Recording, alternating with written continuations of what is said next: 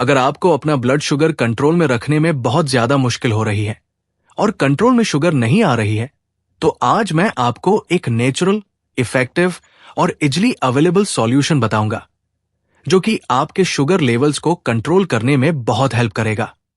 ये चीज कोई मेडिसिन नहीं है और ना ही कोई महंगा सप्लीमेंट है। ये एक नेचुरल अल्टरनेटिव है जो कि ना सिर्फ सदियों से आयुर्वेद में यूज हो रहा है, बल्कि अब साइंस भी इसको सपोर्ट करती है। इमेजिन कीजिए, एक ऐसी चीज है जो कि आप अपने खाने में या फिर अपनी ड्रिंक्स में थोड़ा सा ऊपर से छिड़क लें या फिर इसकी चाय बनाकर पी लें और ब्लड शुगर पर इसका नोटिसेबल असर हो जाए तो कितना बढ़िया रहेगा। ये चीज जो अब मैं आपको बताने वाला हूं, दोस्तों, ये कुछ ऐसा ही काम करती है और आपको बिना किसी एक्स्ट्रा एफर्ट्स के, बिना किसी झंझट के शुगर कंट्रोल में रखने में हेल्प करती है। तो चलिए बिना किसी देरी के वीडियो शुरू करते हैं और जानते हैं डायबिटीज के लिए इस बेहद असरदार और बहुत ही सिंपल सी चीज के बारे में पूरी डिटेल। तो ये नेचुरल रेमेडी जो आपके ब्लड शुगर लेवल्स को कंट्रोल करने में बहुत हेल्प कर सकती है, वो है दोस्तों सिनेमन, यानी कि दालचीनी। जी हां, वही दालचीनी जो कि आप तरह तरह की चीजों में गरम मसाले के रूप में डालते हैं। लेकिन ये सिर्फ एक मसाला नहीं है, बल्कि एक आयुर्वेदिक दवा है जो कि शुगर को कंट्रोल करने में बहुत हेल्प करती है। रिसर्च बताती है कि दालचीनी इंसुलिन की सेंसिटिविटी को इंप्रूव करती है। मतलब इंसुलिन जो आपके सेल्स के अंदर ग्लूकोज को एब्जॉर्ब करने में हेल्प करता है, उसके काम को और आसान बना देती है और आपकी बॉडी को ग्लूकोज को बेहतर तरीके से यूज करने में हेल्प करती है। इसके अलावा ये पीपी यानी खाना खाने के बाद वाली और फास्टिंग यानी खाली पेट वाली ब्लड शुगर को कंट्रोल करने में भी बहुत हेल्पफुल होती है। स्टडीज ये दिखाती है कि अगर आप रेगुलरली 1 से 6 ग्राम तक सिनेमन रोजाना कंज्यूम करते हैं तो आपके फास्टिंग ब्लड शुगर लेवल्स को ये नोटिसेबल तरीके से कंट्रोल में रख सकती है। दरअसल सिनाम कार्बोहाइड्रेट्स के ब्रेकडाउन को स्लो कर देती है, जिससे क्या होता है कि खाना खाने के बाद शुगर धीरे धीरे बढ़ती है और इसे कंट्रोल में रखना हमारी बॉडी के लिए किसी हद तक आसान हो जाता है। सिर्फ इतना ही नहीं, दालचीनी के अंदर कुछ ऐसे एंटीऑक्सीडेंट्स भी होते हैं जो कि डायबिटीज के कॉम्प्लिकेशंस को और हाई ब्लड शुगर की वजह से हमारी बॉडी के ऊपर पड़ने वाले बुरे असरात को रोकते हैं। और इस तरह एक छोटी सी चीज आपके ओवर डायबिटीज मैनेजमेंट में एक बहुत ही अहम रोल प्ले करती है, प्रोवाइडेड कि आप इसे सही तरीके से इस्तेमाल करें और कुछ खास बातों का ध्यान भी रखें। तो चलिए पहले समझते हैं कि दालचीनी को हमें किस तरीके से और कितनी मात्रा में इस्तेमाल करना है, और फिर हम कुछ ऐसी सावधानियों के बारे में बात करेंगे जो कि आपको इसे लेते समय जरूर लेनी चाहिए।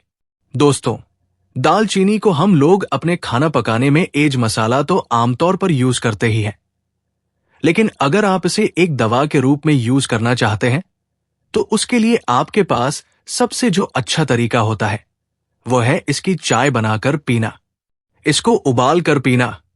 इसके लिए आप एक छोटी सी स्टिक ले लीजिए या फिर 1/4 चम्मच पाउडर ले लीजिए इसका, और 1 कप पानी में इसको आप बॉईल करके पी लीजिए।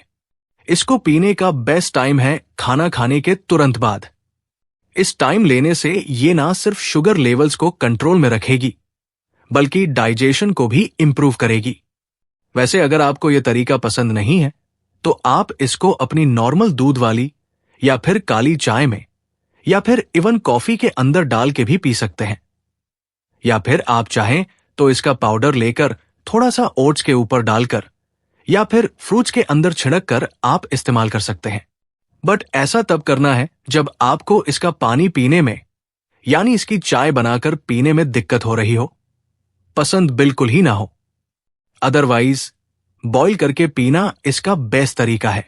दालचीनी को इस्तेमाल करना बिल्कुल आसान है, लेकिन एक चीज हमेशा याद रखनी जरूरी है और वो है इसकी डोसेज, यानी इसकी मात्रा। याद रखिएगा, दालचीनी को आपको बहुत ज्यादा मात्रा में कभी भी इस्तेमाल नहीं करना है। बस रोजाना थोड़ी सी क्वांटिटी, मतलब करीब आधा से 1 टीस्पून दालचीनी लेना आपके लिए काफी होता है। स्टडी शो करती है कि डायबिटीज के लिए रोजाना 1 से 6 ग्राम तक दालचीनी ली जा सकती है। स्टडीज ये भी बताती है कि 7 हफ्तों तक दालचीनी को कंसिस्टेंटली लेने से ये आपके ब्लड शुगर के साथ साथ आपके ब्लड प्रेशर को और आपके कोलेस्ट्रॉल को भी सिग्निफिकेंट कम कर सकती है।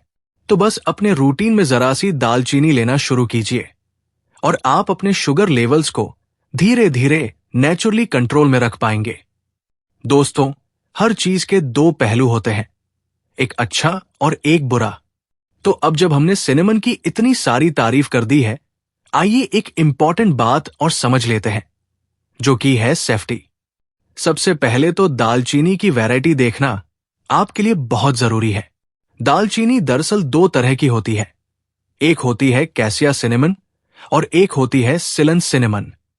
कैसिया सिनेमन जो है, ये वो दालचीनी है जो कि आमतौर पर हम लोग मार्केट से खरीदते हैं, जो आमतौर पर हम अपना खाना वगैरह में आमतौर पर इस्तेमाल करते हैं। इसमें एक कंपाउंड होता है कुमेर नाम का, जो कि ज्यादा क्वांटिटी में लेने से, ये ज्यादा लंबे समय तक लेने से आपके लिवर को नुकसान पहुंचा सकता है। वही दूसरी वैरायटी होती है सिलन सिनेमन, जो कि ट्रू सिनेमन कहलाती है। ये वो वैरायटी है जो कि श्रीलंका में आमतौर पर पैदा होती है और इसे हम ट्रू सिनेमन यानी असली सिनेमन कहते हैं। ये भी आपको मार्केट में आसानी से मिल जाती है, लेकिन ये कंपैरेटिव महंगी होती है और इसको आपको दुकानदार से कहकर लेना पड़ेगा या देखकर लेना पड़ेगा कि जो आप ले रहे हैं वो सिलन सिनेमन है या कैसिया सिनेमन है। सिलन सिनेमन पे लिखा होगा कि श्रीलंकन सिनेमन, समझ जाइए कि ये सिलन सिनेमन है। सिलन सिनेमन के अंदर कुमेर की जो क्वांटिटी होती है वो बहुत कम होती है और इसलिए इसको कोई नुकसान आमतौर पे नहीं होता है। तो रेगुलरली यूज करने के लिए मैं रिकमेंड करूंगा कि आप हमेशा सिलन सिनेमन वाली वैरायटी ही लें, यानी सिर्फ श्रीलंकन सिनेमन को ही आप दवा के तौर पर इस्तेमाल करें। कैसिया सिनेमन को रेगुलर यूज करने से आप बचें। इसके अलावा यह भी याद रखिएगा कि दालचीनी आपकी शुगर की दवाओं का सब्स्टिट्यूट नहीं है। अगर आप डायबिटीज के लिए कोई प्रिस्क्राइब्ड मेडिसिन ऑलरेडी ले रहे हैं तो इसको सिर्फ एक सपोर्ट की तरह यूज कीजिए, एज ए एडिटिव की तरह यूज कीजिए, ना कि रिप्लेसमेंट की तरह। एक और बात जो ध्यान रखिएगा कि चाहे आप कोई सी भी टाइप की दालचीनी ले रहे हैं, एक बार में 4 महीने से ज्यादा रेगुलरली इसको आपको यूज नहीं करना है। अगर आप इसे ज्यादा टाइम तक यूज करना चाहते हैं तो 4 महीने के बाद कम से कम 1 महीने का गैप बीच में जरूर कर लें। यह आपकी सेफ्टी के लिए एक बहुत जरूरी कदम है। वैसे अगर आपको डायबिटीज है तो आपके लिए दवा से भी ज्यादा जरूरी होता है दोस्तों परहेज, और सही परहेज के लिए आपको पता होना चाहिए कि आपको क्या खाना है और क्या नहीं खाना है। इसलिए अब आप चाहे तो यहां क्लिक करके इस वीडियो को देख सकते हैं, क्योंकि इसमें मैंने आपको 3 ऐसी चीजें बताई हैं जो कि डायबिटीज के मरीजों को भूल कर भी नहीं खानी चाहिए। वीडियो पसंद आई हो तो लाइक कीजिए, चैनल पर नए हैं तो सब्सक्राइब कीजिए और दालचीनी को आज ही से इस्तेमाल करना शुरू कर दीजिए। हंसते रहिए, मुस्कुराते रहिए।